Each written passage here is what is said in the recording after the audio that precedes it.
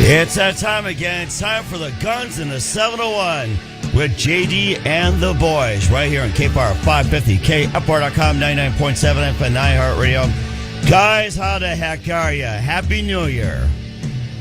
Happy New Year, Mike. Doing good. All right, guys. You got that popular podcast, so tell us what's been going on lately, guys. Yeah, okay. Well, yeah, I mean, we've been doing a lot of things here, wrapping up the year. We've had 70-some episodes, and Guns in the 701 is going to be carrying on some new and great things coming up in 2024. But with that, we got Jamie. This is his last episode for KFYR today, and we wrapped up the live stream this week. He's going to be taking a hiatus and doing some other things, but we want to thank him for everything he's done launching this. That's what I want to say first and foremost, so. Appreciate that, Clay. Oh, my gosh, you're taking a little time off. Don't forget to write us a postcard, will you, please? Will do. Will do from the big, exciting city of Bismarck. There you go. So, with that, though, I'm going to roll right into some FBI stuff, and it has to deal with the NICS background check system. If you're not familiar with that, it's National Instant Criminal Background Check System. And it does not surprise me, but they have actually released numbers that show that over 13.9 million records are tied to illegal aliens in their database, which is actually used for the purchase of firearms from a Form 4473.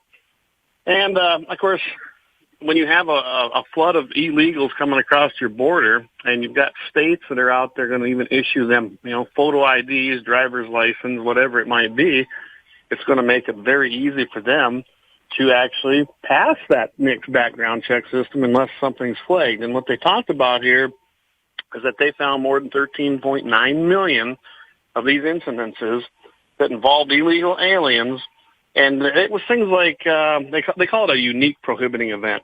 So things like arrest for something, a conviction, or commitment to a mental health institution. And then the rest of those, which was most of them were things that were flagged, but a few other things were not unique individuals, whatever that means. It wasn't defined.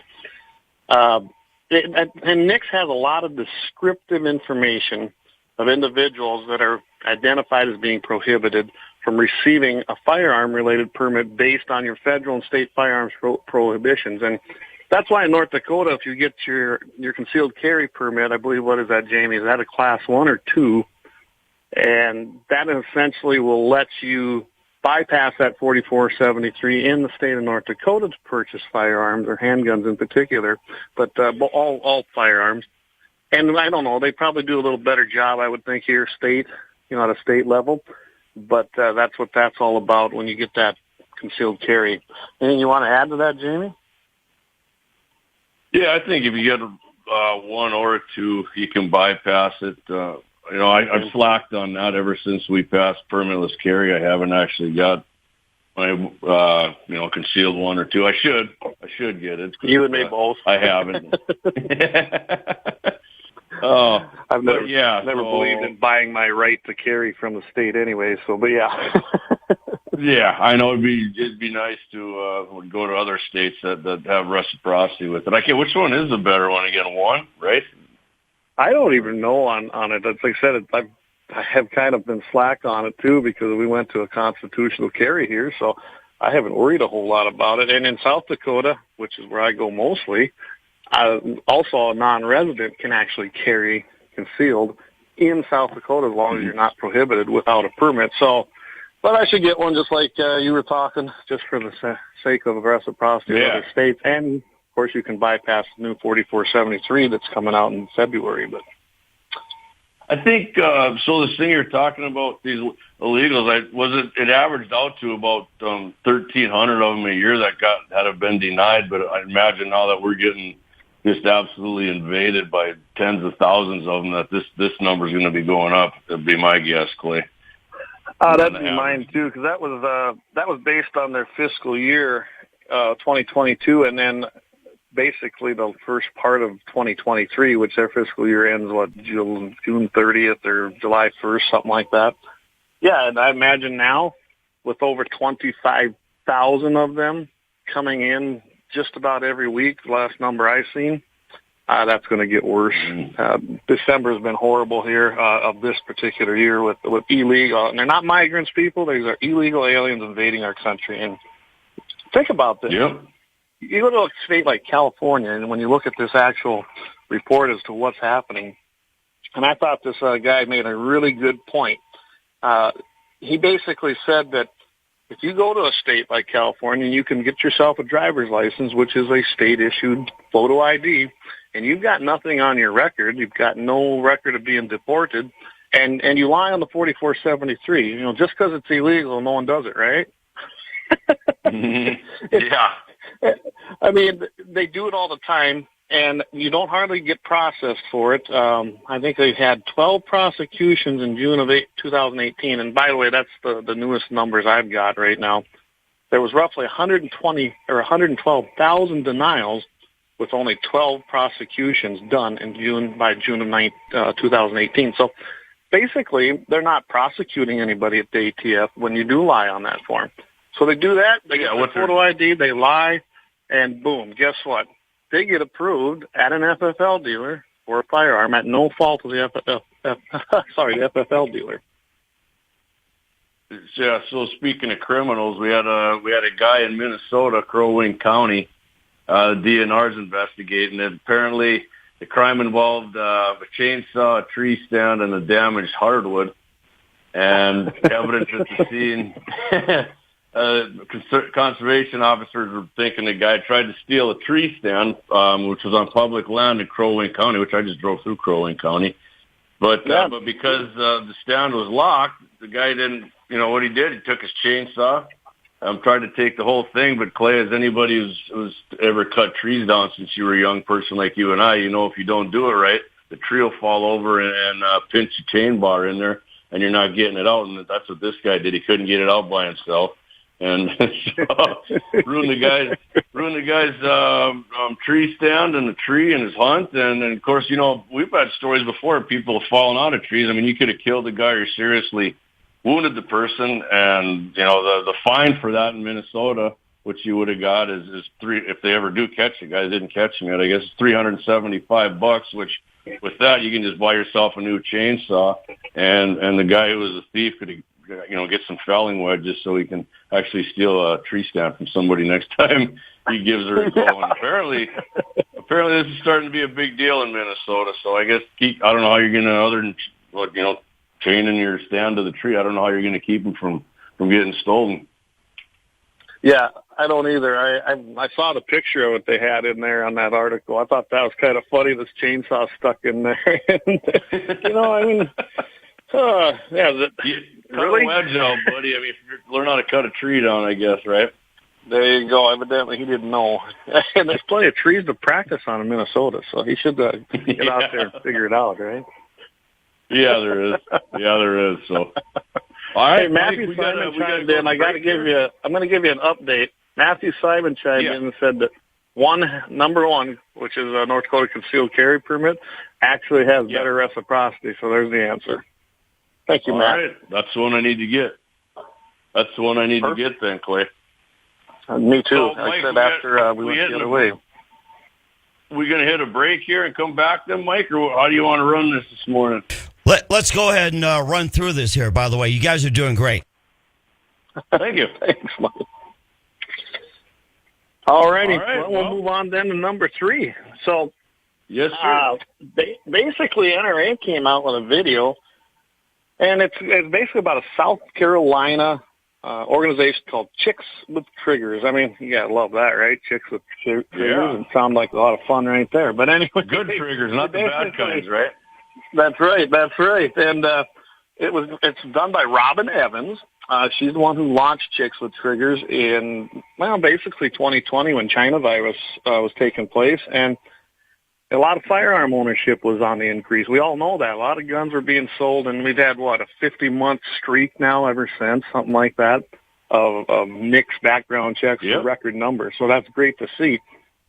And essentially, NRA picked up on this, and if you guys don't know, you have NRA Women is a part of the National Rifle Association, and it does focus on, basically that's the biggest and largest demographic of people that are buying firearms and getting into firearm shooting in hunting, and just anything with the Second Amendment. And that was even that way even when I was still working for them between '07 and 2015. Ladies were the biggest demographic and the biggest increase of people coming to the firearm shooting sports, and that was just great to see. So they made a video kind of featuring what they were doing, how it got launched, and basically what she wanted to do with Chicks with Triggers is empower them so that they could defend themselves. And it features a lot of ladies. They picked, I believe, 5 or 6 ladies that had been affected by situations that would have required them to actually defend themselves, which I went and watched the video. I thought they did a great job with it. She's trained now over 4,500 women right there in South Carolina, and she's one of 125,000 NRA instructors, certified right now across the nation. And Wayne LaPierre, who's NRA's executive vice president and CEO, he basically was giving her praises, which was great to see, and stated that she serves as an ambassador and a leader in the mission of educating Americans in self-defense. I mean, it doesn't get any clearer than that, right? Especially when you look at what's happening in, like with Joe Biden and old Kamala and Governor Gavin Newsom out there in California. Yeah, absolutely.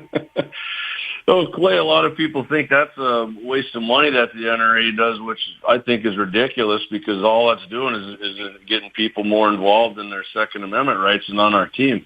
If you don't do outreach like that, how are you going to teach some people that just they get a gun and they're not going to? I guarantee you, they're talking about this. This gal's talking to these other women about civil rights and how important the Second Amendment is, just beyond defending yourself. Which I see here, she concluded in the video actually saying the NRA is single-handedly the biggest and strongest organization, especially for gun rights in this country. And I think that without them, we would be absolutely screwed, and I could not agree with her more. Some people don't think the NRA does a damn thing, but I've got bad news for you. The NRA is still putting foot to rear end for the Second Amendment. I love it. Yeah, and I thought that was a great ending. It was what she said, too, in the interview and on the video, because she's absolutely right. You and I have talked about that on the show I don't know how many times. Yes, you might have an issue with the NRA here or there. You might not like some of the things they've done. But I can tell you right now, since they formed the ILA part of National Rifle Association back in 1975, I believe it was, there's been nobody that's been to the defense of the Second Amendment more than the National Rifle Association, with the clout and basically the record of getting legislation either stopped, modified, or passed. And let's remember, they've had to make some compromises. They didn't have no choice. 1994 assault weapons ban was one of those things. And without the NRA, guys, we would have never seen a sunset clause, and we'd still be stuck with it. NRA negotiated that in a Democrat House with a Senate and a Democrat president. There was no stopping that bill. That was just mainly sitting there going, we got to litigate it to the most possible thing that will be beneficial for the Second Amendment in the future. And they did it. So, love them or hate them, it's like anything else. NRA is the big 10,000-pound gorilla in the back of the room. It's going to get things done and help you out. The other groups are great. They've done some good stuff, picking up on the lawsuits and things, but they all got to be on the same page. That's just plain and simple truth. Right. And the NRA has usually not been involved in lawsuits. They've been more into the legislative part of things. And, with Joe Biden, Clay, we talked about it the other day there, right? He's trying to bribe states into taking money to pass stuff legislatively in states. So guess what? Guess where the role is going to shift back to the NRA again, big time, about dealing with these state legislatures, because a lot of these other gun organizations, like you said, Clay, they're more involved in court cases and stuff like that, where the NRA is definitely, in my opinion, more of a legislative, organization. So, but they have been getting involved in some big court cases too. They're involved in Bruin, so. Which is the biggest court case for Second Amendment in our lifetime, probably, and probably everybody else's for that matter. But I would say in the world of Second Amendment rights, Bruin was the Roe versus Wade case on the abortion issue. It was huge. Perfect. And it's having long-lasting effects that we're going to see well beyond you and me, which is good. As long as we can hold the country together, it'll be the precedent. That was a precedent-setting case. It's going to now blanket the United States. And you're seeing it already. We're seeing a lot of things overturned, even as things are being kicked back down now. through the appellate process on some of these crazy laws, we're basically seeing them overturned because you have that historical reference on the Bruin case now that they got to apply. So, yeah, that was a huge nationwide precedent-setting case to protect the Second Amendment. So let's switch gears here to something a little funner, Clayton, shall we? Instead of I like this one, by the way. This is pretty cool. Yeah. So I can't remember where the heck I got this article from. Outdoors Life or something. But they got the most famous guns in movies, which a couple I'm going to disagree with, Clay, and I'll get your opinion obviously on that too. But we'll go through. They got what do they got? They got five or six of them here, and I'll go through them real quick. The number one they have is the Colt Single Action Army Model 1873, which Hollywood has favored the Peacemaker almost to exclusion of all the other handguns that made the Wild West. There's been plenty of other ones for that matter. But okay, I'm not going to disagree with that one, Clayton. How about yourself? Oh, I think that's one of the most iconic. I mean, you see that in just about every movie. The Colt Single Action Army. I own one myself, so I mean, it's got to be one of those you always have. If you're a gun collector, you own one of them about everything, don't you?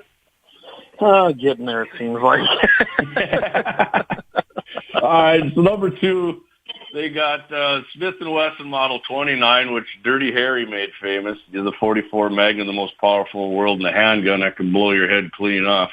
And that's if you're lucky punk. But other than that, I guess I don't really, I guess I'm not a huge revolver guy either, so I guess I don't remember that a whole lot. And maybe in the 70s, I was born in 71, so maybe a lot of those movies I didn't. Maybe I'm kind of more of an auto loader guy, but I mean, who knows?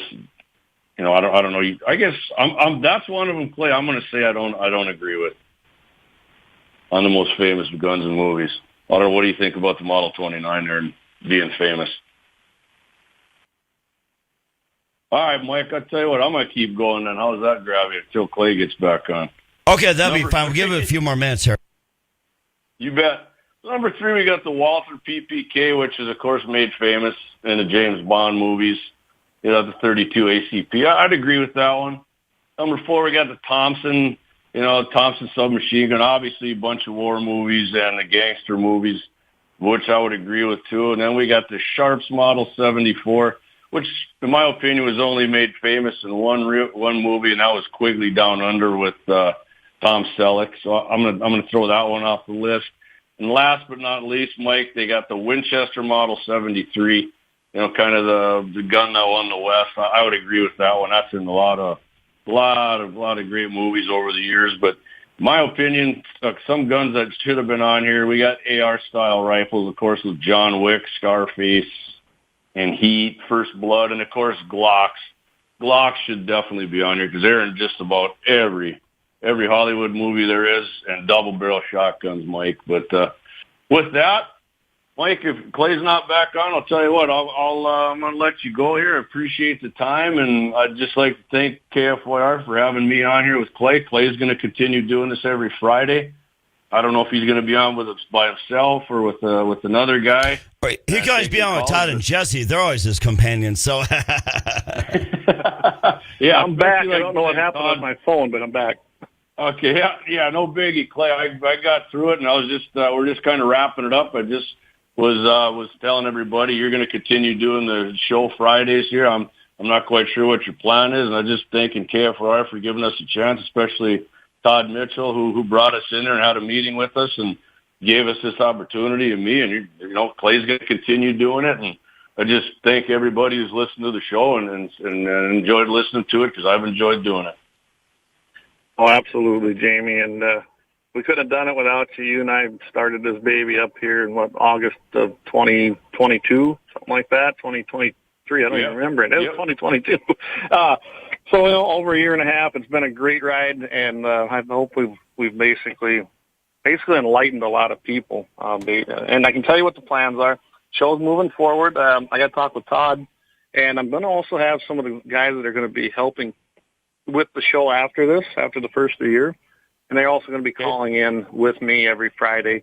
So the show will go on, and I can tell you, Jamie, once in a while, I know will be on there guest hosting or covering for us, because I've asked him if he'd do that, and he said he would. So he's not gone forever, guys. Gone, but not forgotten. We're still going to be here for you guys. That's all. So, guys, everybody, thank you for your time. I'd like to wish you a happy New Year's, and we'll talk to you all in 2024. Sounds good. Thanks, Mike. Guys, have a great New Year's, and we'll talk to you in 2024. All right. Thank you very much, guys. That's JD and the crew here on the Guns in the 701. More coming up. I'm Mitchell Lamourie. I'm Mike Wagner in for Todd and Jesse, KFYR 550, KFYR.com, 99.7 FM, and iHeartRadio.